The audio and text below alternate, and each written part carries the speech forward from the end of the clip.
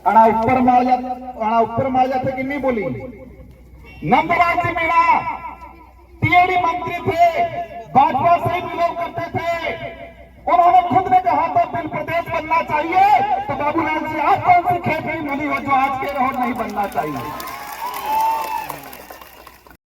युवा जोश सबसे कम उम्र के विधायक बने थे और आपने जनता ने अब आपको दिल्ली भेजा है, तो बिल्कुल डेफिनेट रूप से दिल्ली के अंदर यह प्रस्ताव आपके कर कमलों द्वारा बिल प्रदेश का होगा। सम्मिलित करते हैं राजकुमार जी राव। सभी साथियों को जय जोहार। गोविंद गुरु महाराज को नमन। इस आदिवासी अंचल में काम करने वाले इस समुदाय के स्वाभिमान हक अधिकार की लड़ाई लड़ने वाले ताग्या मामा धुल भक्ति के माध्यम से समाज में जन जागरण करने वाले संत सुरमाल महाराज, मावजी महाराज और साथ ही इस इलाके के अंदर मामा बालेश्वर, जिन्होंने आदिवासी बाहुल्य क्षेत्र के अंदर इस समाज को एकजुट करके इस समाज के लिए, हक अधिकार के लिए, स्वाभिमान के लिए अंग्रेजों से लड़ाई लड़ी, राजा रजवाड़ों से लड़ाई लड़ी।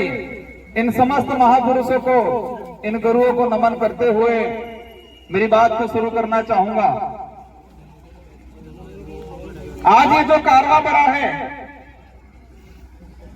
रास्ते में लोग आ रहे हैं, ये किसी के बुलाई हुई भीड़ नहीं है। ये 1500 आदिवासी 17 नवंबर 1913 को जो शहीद हुए थे, उनका खून है और बदला लेने के लिए आई हुई है यहाँ। सपना पूरा करना है हमें। बड़े दुख की बात है कि 1913 में एक ही दिन में लाखों की जो संख्या एकत्रित हुई थी गोविंद गुरु महाराज के नेतृत्व में, इसी पहाड़ी पे, इसी पहाड़ों पे आसपास के। और उस समय तत्कालीन जो राजा रजवाड़े अंग्रेजों की मदद से गोलियां चलाई और इस नरसंहार में इस पहाड़ी पे महिलाएं भी थी, बच्चे भी थे, बड़े बुजुर्ग भी थे, जवान भी थे। और एक ही दिन में अगर 1500 लोग, 1500 के करीब लोग एक साथ मरते हैं, तो आसपास का जो मध्य प्रदेश, वर्तमान में राजस्थान, गुजरात, महाराष्ट्र, जो उस समय बिल टेरिटरी के नाम से जाना जाता था, उस इलाके में क्या स्थिति बनी होगी। हम देखते हैं हमारे गांव में,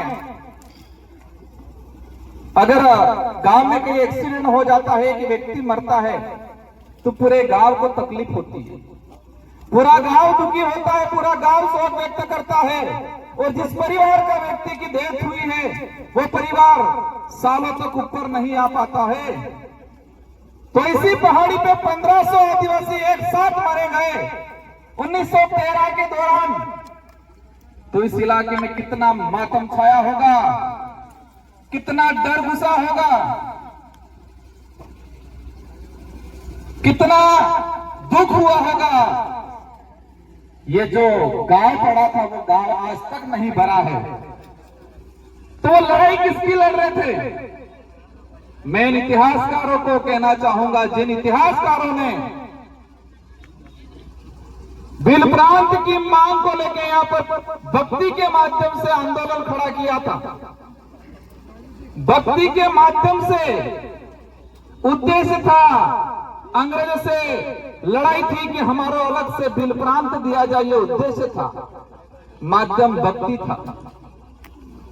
भक्ति के माध्यम से बिल प्रदेश की जो लड़ाई लड़ी जा रही थी उस समय, और उस इतिहास को, उस सच्चे इतिहास को कई इतिहासकारों ने 2-4 लाइनों में सिमट दिया, कह दिया कि भक्ति आंदोलन हो रहा था और 1500 आदिवासी मारे गए। इस देश का तो ठीक है, लेकिन विश्व का एक भी इतिहास ऐसा नहीं मिलेगा,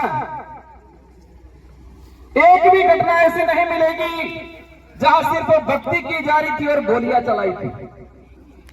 आपने किने गड़े उतरे, अगर हमारे पूर्वज सिर्फ नर्ग बजाता, भजन करता, सिर्फ भक्ति करता, तो क्या इस बात से अंग्रेजों को दिक्कत थी क्या? भक्ति करने से सिर्फ दिक्कत नहीं थी, लेकिन भक्ति के माध्यम से समाज को जागरूक करके अलग बिलराज कायम कर रहे थे, उस बात से उन लोगों को दिक्कत थी।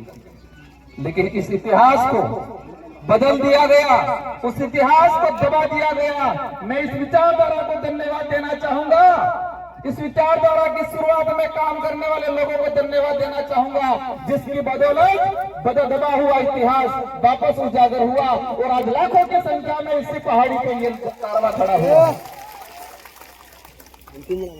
इस कार्य के साथ हर समुदाय का व्यक्ति यहाँ प्रतिनिधित्व कर रहा है, माइनॉरिटी का भी है, एससी समुदाय का भी है, ओबीसी का है, कई जनरल के भाई भी हैं। हमारे साथ में हर व्यक्ति है जो मानवता में विश्वास करता है, जिसके अंदर छुआछूत है, भेदभाव है, जिसके अंदर शोषण की भावना है, वो व्यक्ति इस विचारधारा का हमेशा विरोध करेगा। जिस व्यक्ति के अंदर ये भावना है शोषण की, छुआछूत की, शोषण की, वो व्यक्ति हमेशा हमारा विरोध करेगा और हम भी ऐसे लोगों को विरोध करते रहेंगे हमेशा के लिए। हर उस व्यक्ति का, हर उस समाज का सम्मान करेंगे, हर उस व्यक्ति का सम्मान करेंगे जो मानवता में विश्वास रखता हो, जो छुआछूत में विश्वास नहीं रखता हो, जो शोषण में विश्वास नहीं रखता हो। इन सभी लोगों का, इन सभी समाज का हम सम्मान करेंगे। हमारे पूर्वज भी करते आए थे और हम भी करेंगे, लेकिन अब वो वक्त नहीं रहा है। शोषण होता आया है समाज में, बिल प्रदेश की मांग है, कई लोग चाहते हैं, पूछते हैं क्यों। दुख की बात यह है कि हमारे भी समाज के, इस समाज का सर्टिफिकेट लगा के अधिकारी, कर्मचारी, नेता बन जाते हैं और वो ये भूल जाते हैं कि मैं किस सर्टिफिकेट लगाने की वजह से। मैं ये उनकी योग्यता पर सवाल खड़ा नहीं करना चाहता, लेकिन आदिवासी समुदाय का वो व्यक्ति यदि कहे कि मैंने आदिवासी का सर्टिफिकेट नहीं लगाया और मैं सिर्फ मेरी योग्यता से आगे बढ़ा, ऐसा कोई माई का लाल हो तो बताओ। दुख होता है जिस समाज का सर्टिफिकेट लगा के बड़ा पेट करके बैठते हैं, बड़े अधिकारियों की पोस्ट पे बैठते हैं, लेकिन उस समाज का आदमी उनके पास जाता है तो वो हीन भावना से देखते हैं। लेकिन वो वक्त भी आ गया है कि ऐसे लोगों को भी समाज समय आने पे समाज के बीच में नहीं बैठने देगा और उनके अंतिम संस्कार में 4 लोग भी उनको कंधा देने वाले नहीं मिलेंगे। ये वक्त भी आ रहा है। आज जो समाज की स्थिति बनी हुई है, बिल प्रदेश की डिमांड इसलिए है, बिल प्रदेश नहीं बनने से हमारा आदिवासी समुदाय कुछ राजस्थान में हो गया, कुछ मध्य प्रदेश में, कुछ महाराष्ट्र में, कुछ इधर गुजरात में, और उसी की वजह से हमारा समुदाय 4 हिस्सों में, 4 राज्यों में बटा। उस वजह से हमारी संस्कृति का विनाश होने के कंगार पे चली गई, हमारा इतिहास दबा दिया गया और हमारा जो भौगोलिक क्षेत्र है, इस भौगोलिक भूखंड के अंदर जो खनिज है, उन खनिजों को निकाल के 4 राज्यों का राजकोष में जमा किया और आदिवासियों को इसका फायदा आज तक नहीं मिला। सबसे बड़ी बात यह है, देश के अंदर कुपोषण का आंकड़ा निकाल के देखें, देश में कुपोषित इलाका अगर आता है, रेड इलाका, तो यही बिल प्रदेश की टेरिटरी जो वर्तमान में 4 राज्यों में बटा हुआ है, उसी इलाके के अंदर भुखमरी है, कुपोषण है, अशिक्षा है। और उसके जिम्मेदार उस समय तत्कालीन जो लोग राज्यों का पुनर्गठन करते थे, राज्यों का निर्माण करते थे, उन लोगों ने इस समुदाय के साथ अन्याय किया गया है।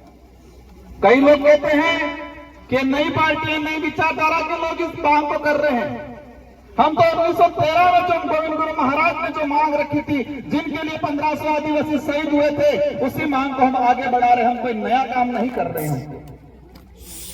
और इस बात को लेके कांग्रेस के भी कई नेताओं ने ये बात रखी है, और वर्तमान में टीएडी मंत्री,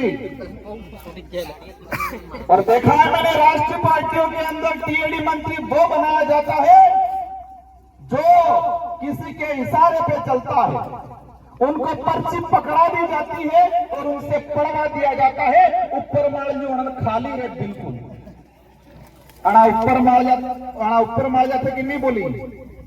नंदराज जी मीणा टीएडी मंत्री थे, भाजपा से ही बिलोंग करते थे। उन्होंने खुद ने कहा था बिल प्रदेश बनना चाहिए, तो बाबूलाल जी आप कौन सी खेती मिली हो जो आज के रहो नहीं बनना चाहिए। कई नेताओं ने कांतिलाल जी भूरिया मध्य प्रदेश से उन्होंने अपनी बात रखी थी, गुजरात के कई नेताओं ने बात रखी है, और राहुल गांधी जी खुद यहां बोल के गए हैं कि आदिवासी इस देश का मूल मालिक है। तो क्या बाबूलाल जी उनसे भी ऊपर चले गए, ऐसा लग रहा है मुझे। मैं कई बार कहता हूं, आज यहां पर जो आए हैं वो गरीब परिवार से आदमी आया है।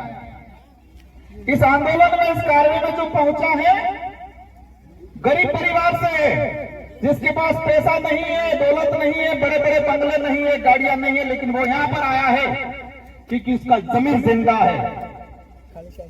इसका जमीन जिंदा है, उनके अंदर यह है कि मुझे आत्म स्वाभिमान की लड़ाई लड़नी है, मेरे पूर्वजों का अधूरा सपना पूरा करना है, ये दिमाग में है।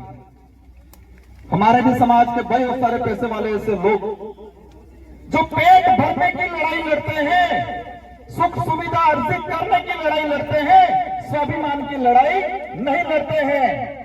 और नेशनल पार्टियों को भी हमसे यही दिक्कत है, हमें यही चाहते हैं, हमारे से यही चाहते हैं कि आप सिर्फ भौतिक सुविधा की बात करो, पेट भरने की बात करो, सरकारी गेहूं की बात करो, आप अधिकार और जल जंगल जमीन की बात मत करो, ये चाहते हैं वो लोग।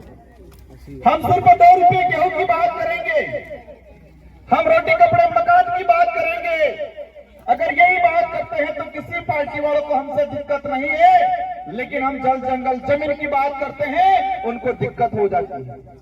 हम धर्म की बात करते हैं उनको दिक्कत हो जाती है, और धर्म की बात करते ही पूरे आग बबूला हो जाते, पूरा फपड़ जाते हैं ये लोग। फपड़ देख नहीं फपड़ते, मदन दिलावर जो फपड़ गए थे, लेकिन आज पता था मानगढ़ की धरती पे आदिवासी समुदाय एकजुट हो रहा है, और उनकी पार्टी का ऊपर से प्रेशर था, और 2 महीनों बाद उनको कहना पड़ा कि मैं खुद आदिवासी हूं, मेरे पापा दादा सीतामाता अभ्यारण्य में रहते थे, ये बोल के चले गए। और पालगढ़ वाले साथियों, खोजना पड़ेगा उनके बाप दादा सीतामाता अभ्यारण्य में कहां रहते थे, क्या वो भी झूठ बोला कि नहीं बोला, इस पर भी अब जांच कराएंगे हम लोग। इनको छोड़ने वाला नहीं है।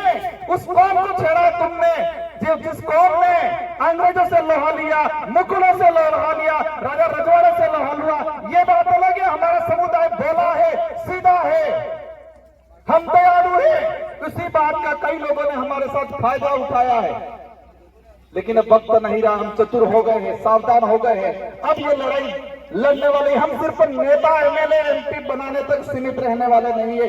जिस तरह गोविंद गुरु महाराज का भक्ति के माध्यम से बिलराज कायम करने का उद्देश्य था, इसी तरह हम भी हमारा एमएलए एमपी बनाने के माध्यम से बिलराज कायम करने का हमारा जो लक्ष्य है वो पूरा करने वाले। मैं इस कमांडाल में विराजमान सारे साथियों से अनुरोध करना चाहूंगा, हम यहाँ पर आ गए, तालियां बजा दी, हम 1-2 सेल्फियां ले ली, इंस्टाग्राम पे चढ़ा दिया, वहां तक सीमित नहीं रहना है। सबसे पहले हम सबको मजबूत होना है, और मजबूत दिमाग से होना है। क्योंकि कई बार हम कहते हैं आंख से अंधा है, कानों से बहरा है, इसको हम समझा सकते हैं, लेकिन दिमाग से अंधा है, उसका इलाज नहीं हो सकता है।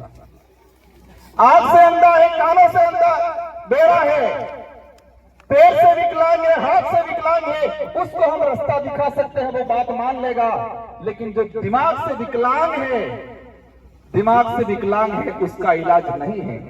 तो हमारे आसपास भी ध्यान रखना है, दिमाग से विकलांग कौन है। और देखा है ये राष्ट्रीय पार्टी वाले अधिकतर दिमाग से विकलांग हैं। उनको पर्चियां पकड़ाई जाती है, उनको बुलवाया जाता है, उनको खुद को नहीं पता है हम क्या बोल रहे हैं, क्योंकि वो दिमाग से विकलांग है। अगर दिमाग से विकलांग नहीं होते तो अपने विवेक से सोचते ये सही है गलत है।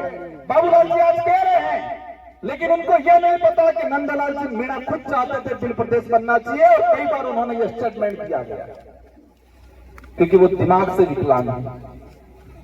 हम सबको पढ़ाई करनी है, और मैं इस मंच से कहना चाह रहा हूं, केंद्र सरकार से बहुत जल्दी बिल प्रदेश को लेके एक कमेटी गठित करके इसका एक क्राइटेरिया कितना है, इसके हमारे लिए पूरी कमेटी गठित करके काम कराने की कोशिश रहेगी बहुत जल्दी।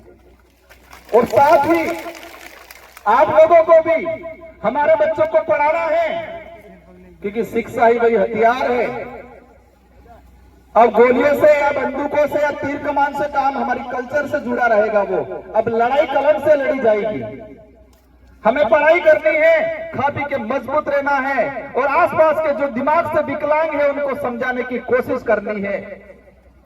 आज जो वर्तमान स्थिति बनी हुई है, धर्म की बात को लेकर चिढ़ते हैं हम लोगों से, मुझे लग रहा है संचालक महोदय साहब रुकने की कोशिश कर रहे हैं। इन लोगों की पॉलिसी है धर्म के नाम से लड़ाओ, लेकिन हमें ध्यान रखना है, हमें धर्म के नाम से नहीं लड़ना है, न धर्म के लिए लड़ना है। हमको जल जंगल जमीन के लिए लड़ना है, धर्म के लिए नहीं लड़ना है।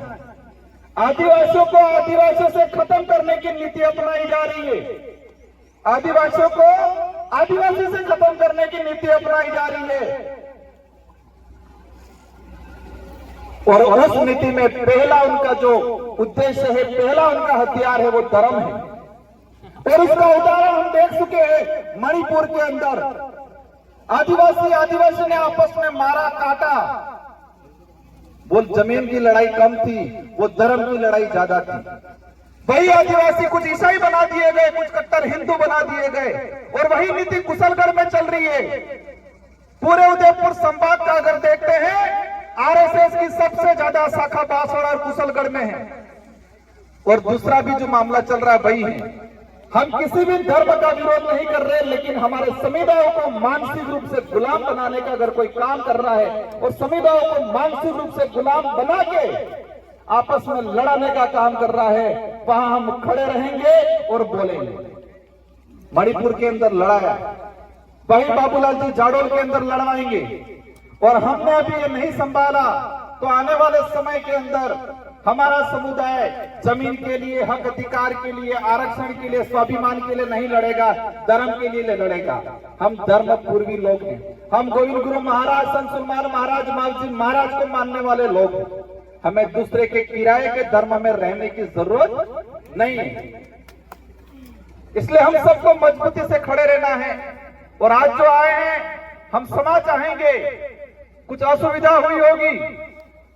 आज मैं एक जगह एमपी हूं, हमारे 4 विधायक हैं, और हम आज से कह के जाना चाहेंगे, अगली बार बहुत शानदार व्यवस्था मिलेगी आप लोगों को, और कोशिश रहेगी, और आप सबको मिलकर कोशिश करनी है कि अगली बार ये पहाड़ी तो ठीक है, लेकिन वो पहाड़ी भी डग जाए, इतना कारवा बढ़ाना है इस बार।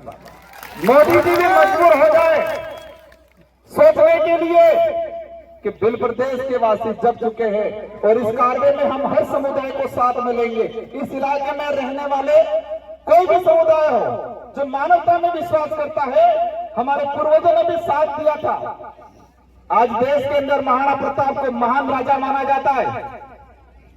महाराणा प्रताप के पास कौन सी सेना थी? इस देश के अन्य सारे राजाओं ने अकबर की अधीनता स्वीकार कर ली, तो महाराणा प्रताप के पास कौन सी ऐसी सेना थी, कौन सी ऐसी तोपें थी? उनके भाई थे जगमाल और पृथ्वी सिंह, वो 2 भाई भी मान सिंह जी के साथ चले गए थे। और महाराणा प्रताप की तरफ से लड़ाई कौन लड़ रहा था? मान सिंह लड़ाई लड़ रहा था। लेकिन मुझे दिक्कत इस बात से है कि पाठ्यक्रम में वो जमीन और स्वाभिमान की लड़ाई थी, लेकिन उस लड़ाई को धर्म की लड़ाई के नाम से डालना चाह रहे हैं ये लोग। किसकी लड़ाई साबित कर रही थी इतिहास में? धर्म की लड़ाई थी, ये बोल रहे हैं। वो धर्म की लड़ाई नहीं थी, जमीन की लड़ाई थी, स्वाभिमान की लड़ाई थी। लेकिन आज इसको झूठा परोसा जा रहा है। वही कौम है जो महाराणा प्रताप के साथ खड़ी रही थी। माइनॉरिटी के लोग थे, आदिवासी समुदाय थे, गला कटवाया था और राणा प्रताप को देश के अंदर महाराणा प्रताप का गर्व दिलाया, और वही कौम है। हम उस समुदाय को भी कहना चाहते हैं, आप दूसरे के बहकावे में नहीं आए, पहले एक भाईचारा था, उस भाईचारे को बढ़ाए। मैं दोबारा वही कहना चाहूंगा, हर उस व्यक्ति का हम साथ देंगे, हर उस व्यक्ति को साथ रखेंगे जो मानवता में विश्वास रखता है, छुआछूत, भेदभाव, शोषण की नीति से दूर रखता है, और हर व्यक्ति का हम साथ देंगे।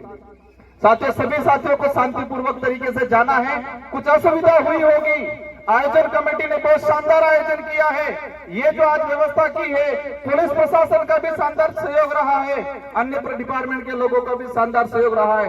फिर भी जो कमी पेशी रही होगी, आने वाले साल ये कमी पेशी आपको नहीं दिखने मिलेगी। हम सब मिलकर कोशिश करेंगे। इन्हीं शब्दों के साथ आप सबको धन्यवाद। आप सभी आज प्रण लेके जाए, एक साल के अंदर हमारे बच्चों को शानदार एजुकेशन दे, खा पी के मजबूत रहे, और पैर से विकलांग होंगे चल जाएगा, लेकिन दिमाग से विकलांग नहीं होना है, ये प्रण लेके जाना है। आज हम जल जंगल जमीन की लड़ाई लड़ेंगे, हम धर्म की लड़ाई नहीं लड़ेंगे, ये प्रण लेके जाना है। आज बांसवाड़ा के अंदर फॉरेस्ट के